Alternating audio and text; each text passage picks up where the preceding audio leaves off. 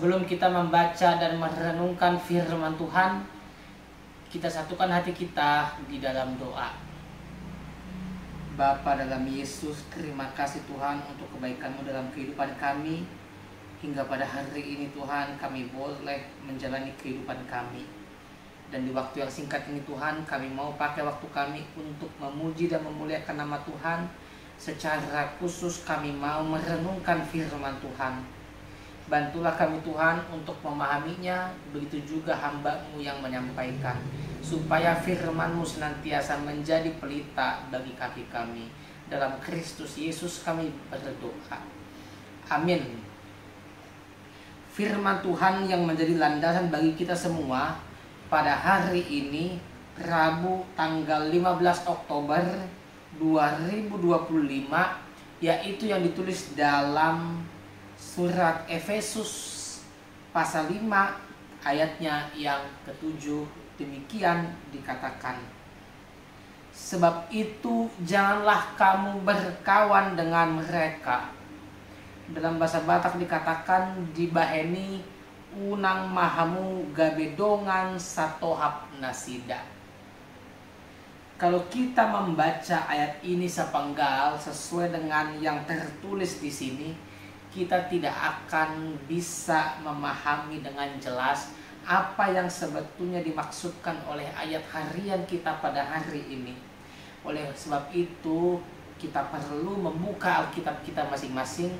Kita baca ayatnya kembali ke atas, mulai dari ayatnya yang pertama, sehingga kita boleh memahami apa yang dimaksud, supaya kita jangan berkawan dengan mereka.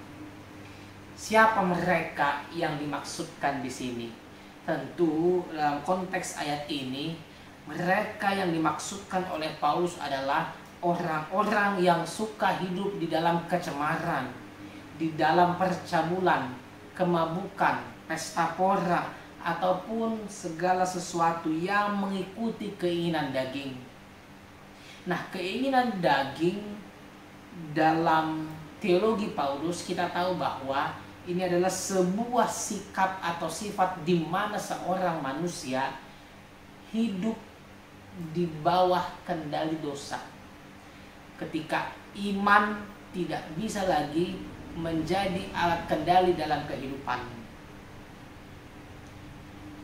Kita lihat kehidupan kita masing-masing, Bapak, Ibu, dan Saudara. Jika kita diperhadapkan dengan sebuah tantangan, jika kita diperhadapkan dengan sebuah pencobaan, bagaimana cara kita dalam menghadapinya?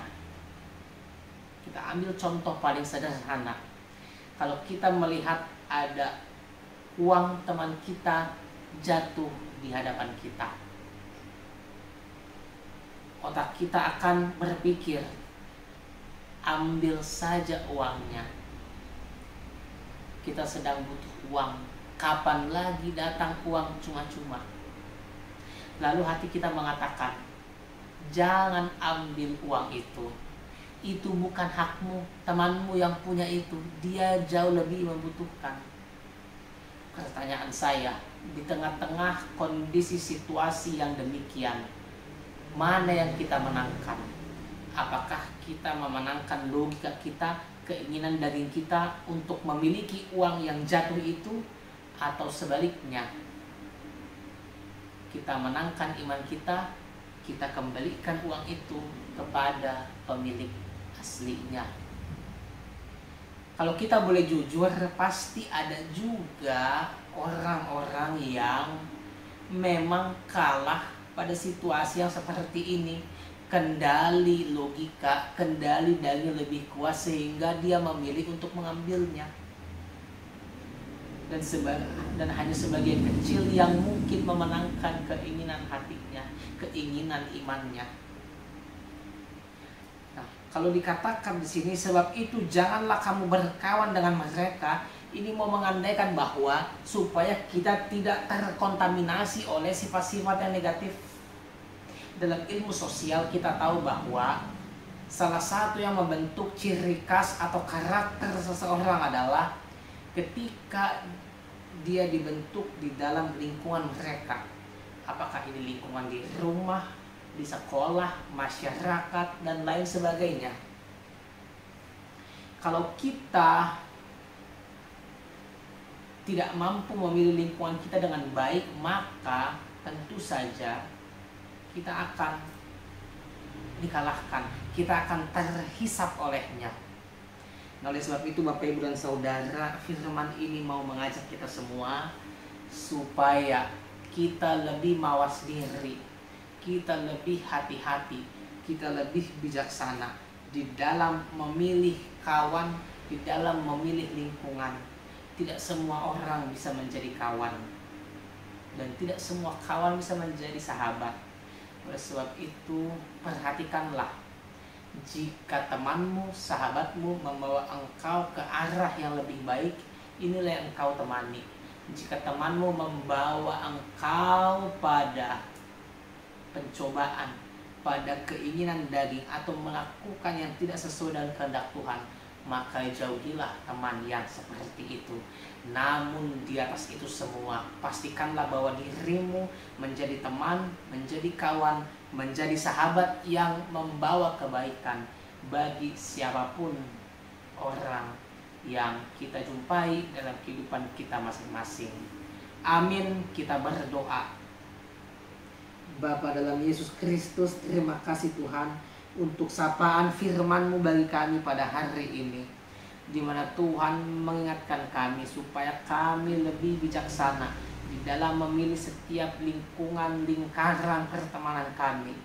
Sebab begitu banyak cobaan datang dari pergaulan yang tidak benar. Oleh sebab itu Tuhan, kami mau membuka hati dan pikiran kami supaya roh Tuhan masuk menguasai diri kami, sehingga kami bisa memilih dan memilah mana yang harus kami dekati dan mana yang harus kami jauhi. Tuhan, kami mau melaksanakan aktivitas kami sepanjang hari ini.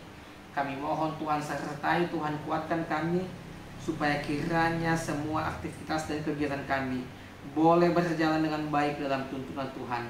Inilah doa kami Tuhan yang kami sampaikan dalam nama anak-Mu, Tuhan Yesus Kristus Tuhan kami. Amin. Bapa kami yang di sorga, dikuduskanlah nama-Mu. Datanglah kerajaan-Mu, jadilah kehendak-Mu di bumi seperti di sorga. Berilah kami pada hari ini makanan kami yang secukupnya, dan ampunilah kami akan kesalahan kami, sama seperti kami juga mengampuni orang yang bersalah kepada kami. Dan janganlah membawa kami ke dalam pencobaan, tetapi lepaskanlah kami daripada yang jahat, karena Engkau yang punya kerajaan dan kuasa dan kemuliaan sampai selama-lamanya. Amin. Kasih karunia Tuhan Yesus Kristus, kasih setia Allah Bapa, dan persekutuan Roh Kudus menyertai kamu sekalian. Amin.